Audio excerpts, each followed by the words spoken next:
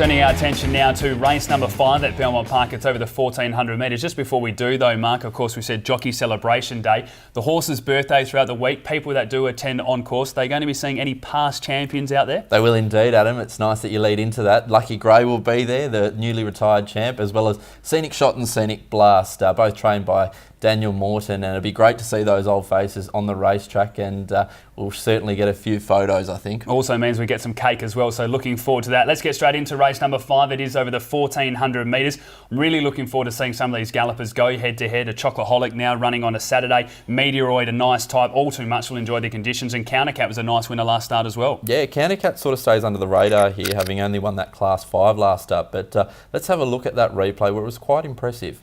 Getting up on his inside at the top of the running. Coruscation got back there to third last, and then PT2 down by the 300. McCrawfie's Hope challenged now by Bangalore. It's Bangalore quickly looming up, got a neck in front with COUNTERCAT, Coruscation and Ismail running on behind them. It's COUNTERCAT at the 100, reaching the lead now. Headed off Bangalore, McCrawfie's Hope. Coruscation can't do any better, and it's a first up victory here for COUNTERCAT. Nice performance there by COUNTERCAT. Certainly seems to improve from last campaign. Now going into this race, we both liked the trial and thought this horse would go well, but it is a galloper that needs a lot of bonuses, needs the right run throughout, needs a barrier, and then can just pull out late and attack the line. The positive here, barrier 2, so it gets that first hit, but 58.5 kilos against horses like Bourbon Dynasty, Meteoroid, as I mentioned, Chocoholic as well, even George and Ernie. I just think it might be caught out in this type of company. I'm not sure how good Bangalore is, that form line there from that race which it beat, and how good COUNTERCAT is going to fit against them. Yeah, second up record is hard to ignore though. He's never missed a place from all his attempts, which are 4 there. Number 1, Bourbon Dynasty, was a good winner in the wet 2 starts ago. Now, was heavy conditions on that occasion. Won't be as heavy on Saturday, but there will still be a bit of give in the ground. Ticked the box, didn't she? There was question marks going into that, speaking to Clint Price after he just said they had no idea going in. She'd never raced on a track like that and never even gone through at her work on a track like that, so they weren't sure, but she ticked all the boxes. As you said, it won't be a heavy 8 like it was last start, but I think with the 57 kilos to claim, I think she can certainly attack the line strong. There's enough speed in this that she'll get a chance. And the 2 that'll be finishing off late, I think, number 5, Meteoroid from the Simon Miller yard. Aaron Mitchell rides, as you mentioned, been in great form. And number 9, Chocoholic.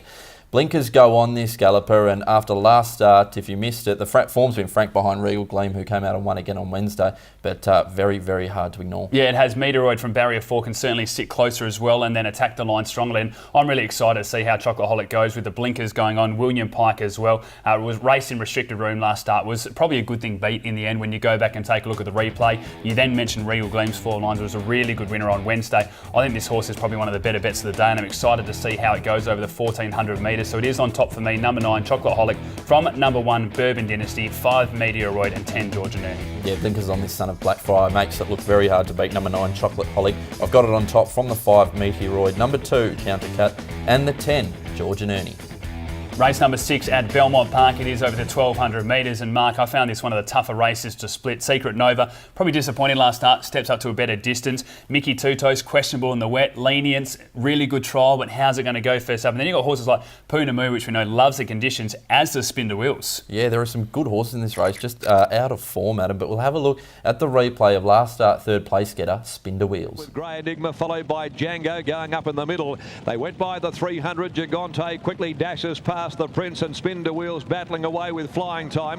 Django's the one who's starting to work home further back in the field, but Gigante's got a pretty big lead here at the 100-metre mark. He looked home. Django's making up a lot of ground late. He draws the whip on the fave, and he gets the job done. I'm not sure if Spin to Wheels is a 72 plus animal anymore, but one thing it is a swimmer. 9 attempts on a soft track, 4 victories and a second. That last start run was on a good 4, and I thought it showed much better signs, only being beaten by 3 lengths by Gigante. William Pike keeps the ride. If we get that soft track that we're expecting, I think Spin to Wheels comes right into the mix. We will say that it was the softer side of a good 4 on that day, but yeah, look, we needed to see something from him last start, and he showed that because he has been out of form before that. We've also got in the race number 3, Lenience. I'm really keen on this galloper. Comes into this first up where he has won twice before, and recent trial beat First Among Equals 2 lengths, who came out and won a listed race sitting 3 wide and did it quite comfortably in tough circumstances. There's just question marks all around Lenience, isn't it? You take the trial on face value, it goes on top and it's probably one of your better bets of the card. But we've all seen Lenience in previous times as well. Hasn't won now for 259 days. Has a very average first up record, 5 attempts for only that 1 victory.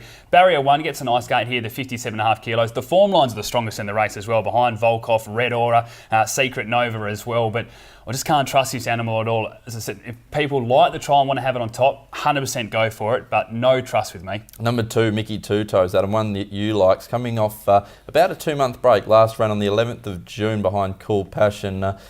He's a hard one to catch. There's something about these 72 plus grades of 1200 metres that you end up just doing the horses that tick the boxes of most. We've done it with Gigante, done it with Mickey Two Toes once before as well, and I really didn't want to go there, but I'm going to do it. I think just the form lines around Gigante, proceed with caution as well. The 58 kilos, I think this horse can attack the line strongly, does enjoy the 1200 metres, but it is a race where I think you're just going with trust. So I'm going to put on top, but not a lot of confidence at all. From number 7, Spin to Wheels, 1 Secret Nova and 5 POUNAMU. I've got the 3 on top, Lenience. I did like the trial and goes well, should go well first up. From the 4, Chasing Chaos, number 7, Spin to Wheels, and number 5, POUNAMU first up, should run a nice race.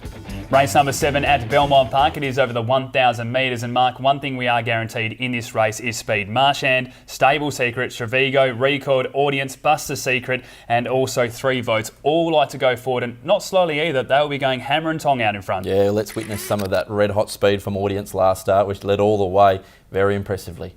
Sharia Moore, followed by Universal Moon setting after the leader, which is being nursed inside the 250. Nicely clear Audience, over 3 in front of Tenderden. Stable Secret, Universal Moon. Audience kept going though. It's broken them open, Audience. It led by 3 lengths and it looked home from Tenderden. Universal Moon, and Audience is going to record 2 wins in 2 days. Audience scored from Tenderden.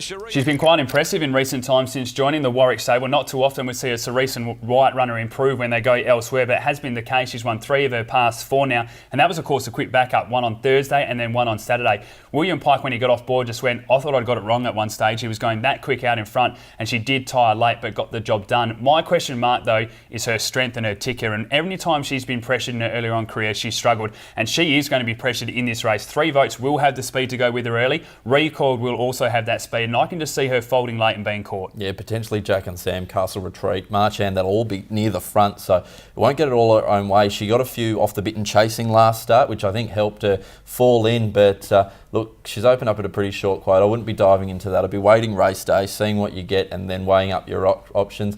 Another one in the race we see return is number 5, Stravigo. Of course, wears those famous Scenic Blast colours, who we'll be seeing on Saturday. Now, has had a little break since the 25th of June. Just something wasn't right there, but first up run was good when beaten as a short favourite. Well, it was beaten as a $1.95 favourite, then jumped as $2.50, was beaten 4 lengths. Now, they had a respiratory infection come back as, well, they found that after doing some tests. They also found a foot abscess as well. So they are 2 pretty good reasons to lose by 4 lengths. Put a line through that. The blinkers going on. Barrier 12, a bit of a question mark, but I think we have to judge this horse on what we first thought, and also take a look that it has placed on a heavy track, so we know conditions aren't going to be an issue. I think it can improve dramatically. Number 10, Diamond Tonique. Blinkers go off and winkers go on, this Ted Martinovich galloper. Now, he's second up here.